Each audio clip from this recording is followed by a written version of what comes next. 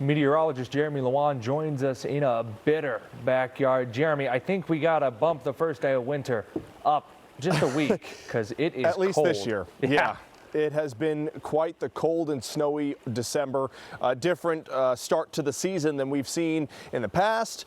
But nonetheless, winter is not just too far away. We start on the 21st this year, so just a few days from now. And we have the snowboard cleared here in the backyard because we'll get more snow tomorrow. The possibility of up to an inch in most locations as we have a quick clipper system bringing us an impulse of moisture. Now, yesterday brought us over production of snowfall than what we had originally anticipated, and that's because a swath of snow set up over the southern tier. So here's a past radar loop of yesterday's system. It happened, of course, between 7 p.m. and 8 a.m. today. See that dark blue over Jim Thorpe and Stroudsburg and how long it lingered? It was transposed by just 20 miles. It was supposed to stay contained to Lehigh County and Berks County, but it moseyed up a little bit, as you can see, and it lasted for quite a while between midnight and 3 a.m., and that's what cranked out a little bit more snowfall in those regions. Otherwise, the rest of us fell within that general 1 to 3 inch range, especially if you lived out in central Pennsylvania. Only a ½ inch for Williamsport and Sunbury, just above a ½ inch there for Selinsgrove. Drums, of course, was in that swath of snow. So you saw 7 inches. Jim Thorpe, 8 inches from Ryan Fanek. Thank you for sending that one in. Kurt reported 2.5 up in Clark Summit. Here in our backyard, we had 3.9. And Stroudsburg picked up 5. And those reports towards the south and east were incredibly impressive. Central New Jersey out through Long Island, Berks, Bucks, Lehigh, Northampton County, Lehigh County, all seeing a widespread 6 to 9 inches of snow. Some of the biggest numbers I could find here in the general vicinity: Colts Neck at 8.3, Toms River at 8.1, Doylestown exactly at 8 inches, and Penn Argyll with an inch less at 7. Of course, the snow was welcome in Blue Mountain. There's a live view. It was a busy day on the slopes with skiers and snowboarders enjoying that fresh powder. And there's a live view of downtown Scranton. All of the streets and sidewalks now plowed. Earlier, this morning between 3 and 6 a.m., travel was pretty rough to get in and out of Scranton, but now things are looking good. Temperature right now just 14 degrees with those added winds. It's feeling like 0 here in the backyard. It's really important to cover up any exposed skin that you have. Wear the gloves, wear the scarves, wear the hat, wear the earmuffs.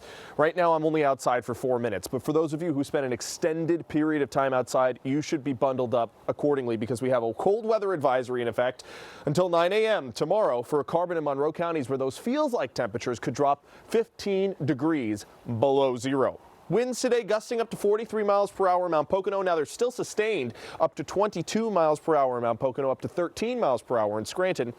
So with these types of winds, temperatures right now in the single digits and teens are feeling more like the single digits and below 0. Look at Mount Pocono feeling like just negative 10 degrees, feeling like 0 in Scranton, feeling like 6 in Lehigh, and same for Tower City, feeling like 2 in Williamsport, Coffin Rock, feeling like -6. So frostbite can set in just 15 minutes with temperatures like this. Take it seriously. We got a few flurries up in the northern tier near Montrose. Not going to put down much, maybe a coating, if anything, from these flurries that are coming off the Great Lakes. We've got this impulse of moisture. It's headed right over the Great Lakes region, and it's going to quickly sweep us tomorrow afternoon. Cold is set in all the way down to the Gulf shores of Georgia and Florida. That's where temperatures could be down in 22 overnight, right on the Gulf shore of Florida.